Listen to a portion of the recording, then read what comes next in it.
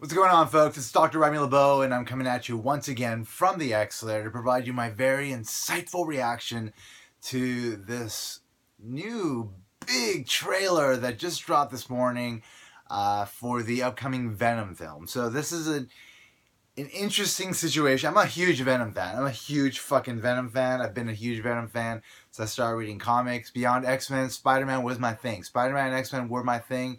They were my thing for a very long time.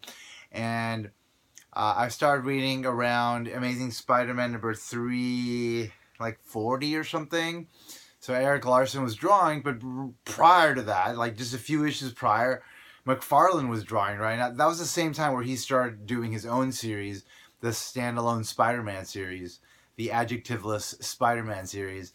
And it was just within that era that Venom was introduced, right? Like we had the black costume introduced in Secret Wars, and then that was around 252 in Amazing Spider-Man, and then you had this whole run of him having the costume, realizing it's trying to bond with him, getting rid of it, and then ultimately it wound up going to Eddie Brock, right? So like that's the main story, and then Amazing Spider-Man number 300 is the first appearance of Venom. That's my favorite comic book. I love that comic book cover. It's just beautiful, gorgeous, awesome, spectacular. I can't get enough of that fucking cover.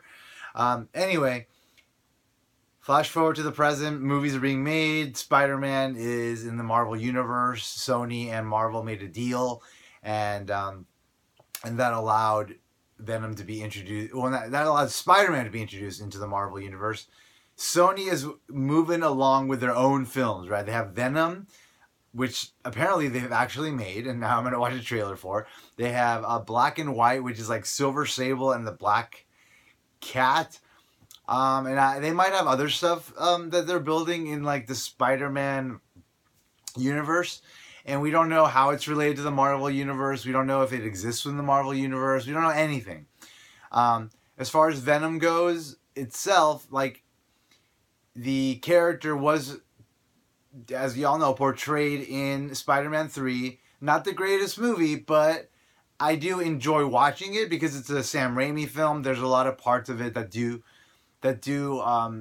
elicit excitement, just from a Spidey perspective. But yeah, it is the worst of the original Raimi trilogy. But nonetheless, every now and then I will pop it in. If I'm watching the trilogy, I will watch that one as well, because the Mary Jane and Peter story does carry through to that, and so does the Harry Osborn thing. Yes, the execution wasn't that great, but it's there. Anyway, Venom was in that movie, and it was a lackluster representation of Venom. I remember I loved the idea that he was going to be in that movie, and I was so excited about it. And then when it finally happened, I was like, all right, I kind of like it, kind of don't. Wasn't in love with it. And so I've been waiting all these years for Venom to be shown on film in a better way, and now apparently we're going to find out if he has. So I'm going to throw on this trailer now, right? A lot of Tom Hardy in this stuff. Let's see if we see Venom. Okay. Does Eddie Brock have cancer? He had cancer in the comics later. And I think that's what ultimately led the symbiote to leave him. Everyone's got their thing.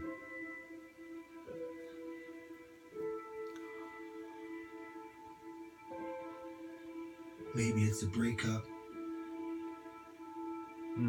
Eddie Brock's girl is Michelle Williams. An accident. Whatever it is, you used to be one thing. Now, you're something else.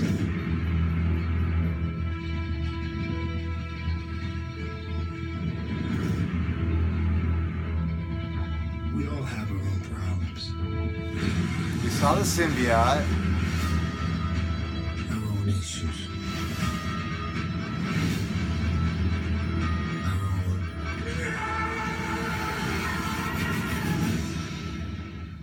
Demons.